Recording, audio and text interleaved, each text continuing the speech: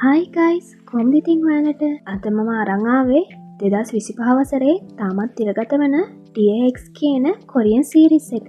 මේක එපිසෝඩ්ස් 14ක් තියෙනවා. මම අද අරන් එන්නේ පළවෙනි එපිසෝඩ් එක. ඉතින් මේ වීඩියෝ එකටත් කැමති නම් ඊළඟ පාර්ට් එක ඕනි කියලා පල්ලෙහා කමෙන්ට් කරන්න. පළවෙනි එපිසෝඩ් එකේදී පෙන්නන්නේ ආජින් කියලා ළමෙක් ඉන්නවා. එයාගේ අම්මා හැම වෙලෙම බීලා එයාට ගහනවා. ඒ වගේම ආජින්ගේ තාත්තට ඕනෙත් ආජින්ගේ අම්මගෙන් අයින් වෙන්න ඒකට ඉඩ දෙන්න නැති හින්දා ආජින්ගේ අම්මව අරගෙන ගිහිල්ලා පඩිපෙළෙන් වට්ටලා එයාව මරනවා. ඉතින් අපිට පේනවා ආජින්ට ගානක්වත් නැහැ. ආජින්ගේ තාත්තා කියනවා ඔයාට අලුත් අම්මා කෙනෙක් හම්බෙනවා. ඔයා මට ඕන විදිහට වැඩ කරේ නැත්නම් ඔයාටත් මේ වැඩේමයි වෙන්නේ කියනවා. ඉතින් ආජින් ගැන විස්තරයක් දෙනවා. ආජින් කියන්නේ සයිකෝපාත් කෙනෙක්. ඒ වගේම එයාට ඇන්ටිසෝෂල් පර්සනැලිටි ඩිසෝඩර් කියලා රෝගයක් තියෙනවා. එයාගේ වැඩ වෙනුවේ පිරිමින්ව නම්ම ගන්නවා.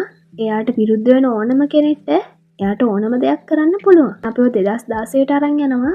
මිස් ක්වක් කියලා ටීචර් කෙනෙක් ඉන්නවා. එයා ආජින්ව පල්ලෙහාට ඇදලා දානවා හැම වෙලේම අනාථ ළමෙක් කියලා.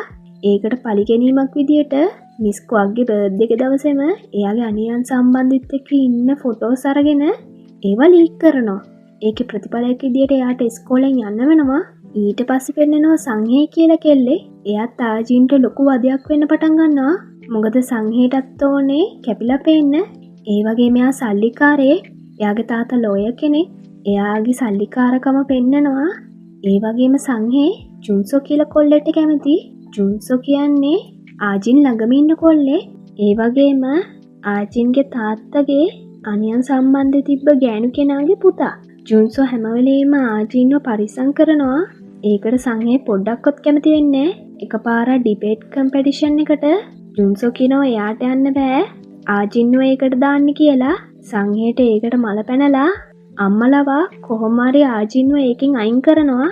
ඊට පස්සේ ආජිනුත් කොහොම හරි ජජස්ලව දැනුවත් කරලා සල්ලිකාරයන්ට ඕන විදිහට ටීම්මේට්ස්ලව හදනවා කියලා ප්‍රචාරය කරවලා ඒගොල්ලෝට ඩිබේට් කම්පිටිෂන් එක නැති කරලා දානවා. ඉතින් සංහේ ආජින් අතර ලොකු තරහක් තියෙනවා.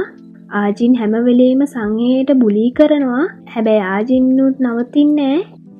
ජේෝ කියලා කොල්ලෙක් ඉන්නවා. එයා හොරකම් කරද්දී එකපාරක් ආජින්ට අහු වෙනවා.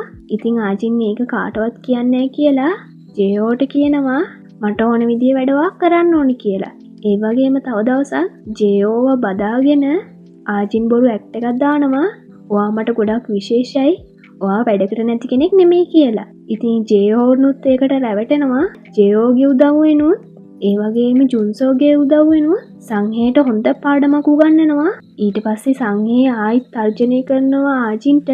ආජින් කියනවා මිස් ක්වක්ගේ අනියන් සම්බන්ධ වෙන කාත් එක්කවත් නෙමෙයි ඔයාගේ තාත්තත් එක්ක. දැන් ඔයාගේ තාත්තගේ රෙපියුටේෂන් එකත් ඉවරයි. ඒ වගේ මෙයාගේ දුව හොරෙක් විදියට ඔයාගේ රෙපියුටේෂන් එකත් ඉවරයි කියලා. ඉතින් එපිසෝඩ් 2 එකේදී පෙන්නන්නේ ආපහු පොඩි කාලයට යනවා. ආජින්ගේ අම්මගේ මර්ඩර් එකෙන් පස්සේ ජුන්සෝගේ තාත්තගේ අවමංගල්‍ය කටයුතුත් වෙනවා. මට හිතෙන්නේ නම් ජුන්සෝගේ අම්මා ආජින්ගේ තාත්තා කරපු වැඩේම තමයි කරලා ඇත්තේ. මොකද ඒ දෙන්න අතර අනියන් සම්බන්ධයක් තියෙනවනේ. ඒකේ ප්‍රතිඵලයක් විදියට ආජින්ගේ තාත්තා ආජින්වත් අරගෙන ජුන්සෝල්ලගේ ගෙදර නවතිනවා. හැබැයි ජුන්සෝගේ අම්මයි ආජින් අතර පොඩි විරසකයක් තියෙනවා. මොකද ආජින්ගේ තාත්තයි ජුන්සෝගේ අම්මයි කතා වෙනවා. ආජින් ලස්සන හින්දා එයාගේ වීඩියෝස් හදලා විකුණුවොත් අපිට හොඳ ගාණක් හම්බ කරගන්න පුළුවන් කියලා. හැබැයි ජුන්සෝගේ අම්මට නම් ඕනේ එයාව අනාථ නිවාසයකට දාන්න. ඒක ආජින්ට ඇහෙනවා. ආපහු ඉස්කෝලේ කාලයට අරන් යනවා. සංහේට මුණ ගැහෙනවා ආජින්ගේ තාත්තව. ඊට පස්සේ ඉස්කෝලේ ඇතුළට අරන් ගිහිල්ලා කලබලයක් ඇති කරනවා. ජුන්සෝ එතනට ඇවිල්ලා මං සල්ලි දෙන්නම් කියලා ආජින්ගේ තාත්තව අරන් යන්න හදද්දී සංහේ නවත්ත ගන්න බලනවා. හැබැයි ආජින්ගේ තාත්තා සංහේව ගණන් ගන්න නැතුව එතනින් යනවා. ඉතින් සංහේගේ වැඩේ එතනත් අසාර්ථක වෙනවා. ඉතින් ජුන්සෝ ආජින්ගේ තාත්තට සල්ලි දෙන අතරේ එතෙන්ට වෙලා ආජින් බලාගෙන ඉන්නවා. ආජින් දිහා බලාගෙන ඉන්නවා ලොං ස්ටාර් එන්ටර්ටේන්මන්ට් එකේ CEO. මොකද ආජින් කියන්නේ ලස්සන කෙල්ලෙක්නේ.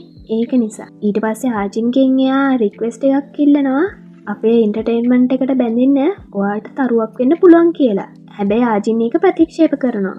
ඒ අතර පෙන්නනවා ජේෝගේ තාත්තා ජයෝගේ මල්ලිට ගහලා අන්තිමට පිහෙන් අනින්න හදත්දී ජයෝ මැද්දට පැනලා එතන කලබලයක් වෙනවා. හැබැයි පිහිය ගිහිල්ලා ඇනෙනවා ජයෝගේ තාත්තගේ පපුවට. ඉතින් ජයෝ එයාගේ මල්ලිව යවනවා ආන්ටිගාවට. ඊට පස්සේ පොලිස් ස්ටේෂන් එකට යන ගමන් ආජීන්ට කෝල් කරනවා මම වැඩකට නැති කෙනෙක් නෙමෙයි කියලා කිව්ව පළවෙනි කෙනා ඔයා. ඒකට ස්තුති කරලා එයා යනවා පොලිස් ස්ටේෂන් එකට. ඉතින් ඔහොම කාලේ යනවා. අන්තිමේදී ඒගොල්ලෝගේ ඉස්කෝලේ කාලේ ඉවර වෙනවා. ආජීන්ව කැම්පස් එකකට සිලෙක්ට් වෙනවා. ඒකට ජුන්සෝය ආජීන්ගෙන් ගොඩක් සතුටු වෙනවා. හැබැයි ආජීන් ගාව සල්ලි නැති හින්දා ජුන්සෝ සීයාගෙන් ණයක් ගන්නවා. යාළුවෙට ටියුෂන් ෆීස් ගෙවන්න නැති හින්දා ඒවා අනිවාර්යෙන් ආපහු මං ගෙවන්නම් කියලා සීයාට පොරොන්දුවකුත් වෙලා ඒ සල්ලි අරගෙන ගිහිල්ලා දෙනවා ආජීන්ට. ඉතින් ආජීන් මේ සල්ලි ටිකත් අරගෙන ගෙදර යනකොට ගේ අස්සට වෙලා හැංගිලා ඉඳලා ආජීන්ගේ තාත්තා මතුවෙලා ආජීන්ගෙන් මේ සල්ලි ටික අරගෙන ආජීන්ට හොඳටම ගහලා එයාගේ තිබ්බේ සල්ලි ටිකත් අරගෙන එතනින් යනවා යන්න. ඉතින් ආජීන්ට කලන්ත යනවා. ආපහු පොඩි කාලයට යනවා. ජුන්සෝගේ මාර්කයෙන් ජුන්සෝගේ තාත්තගේ ඩ්‍රයිවර් ගැන දැනගන්නවා. ආජීන්ට සැකයක් එනවා. ජුන්සෝගේ තාත්තගේ ඩ්‍රයිවර් එක ජුන්සෝගේ අම්මට සම්බන්ධයක් තියෙන්න ඕනි කියලා. ඒක හරියටම තහවුරු වුණා. ඒ කියන්නේ ජුන්සෝ සමහර විට ඩ්‍රයිවර්ගේ පුතා වෙන්න පුළුවන්. ඉතින් ඒක ජුන්සෝගේ සීයා දැනගත්තොත් මේ හම්බෙන්න තියෙන කිසි දෙයක් හම්බ වෙන්නේ නැහනේ. ඒක ගැන කීකේ තර්ජනය කරනවා.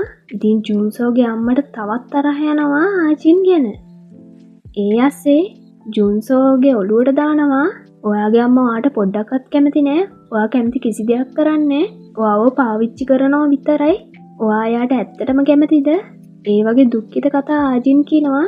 ඒකට ජුන්සෝටත් ඇඬෙනවා. ඉතින් ඒකට මල පැනලා ජුන්සෝගේ අම්මා ආජීන්ව බාට්ටබ් එකේ ඔබලා මරන්න හදනවා.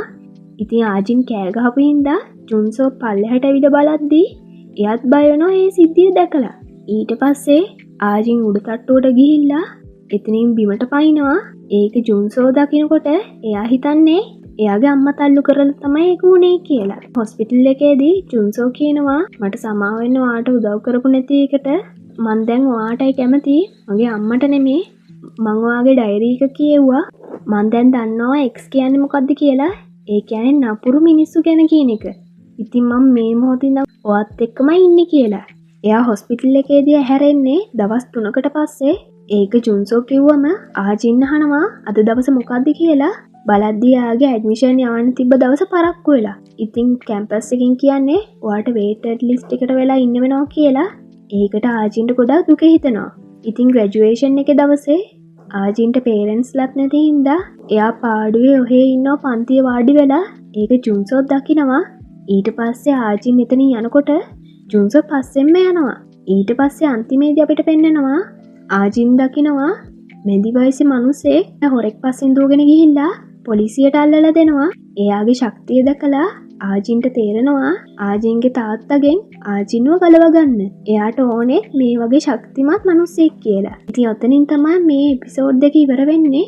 දෙවෙනි පාර්ට් එක ඕනේ නම් පල්ලෙහා කමෙන්ට් කරන්න. හැමෝටම ස්තුති කරනවා මගේ වීඩියෝ එක අන්තිම වෙනකම් බැලුවට. ඊළඟ වීඩියෝෙන් හම්බෙමු. හැමෝටම සුබ දවසක්.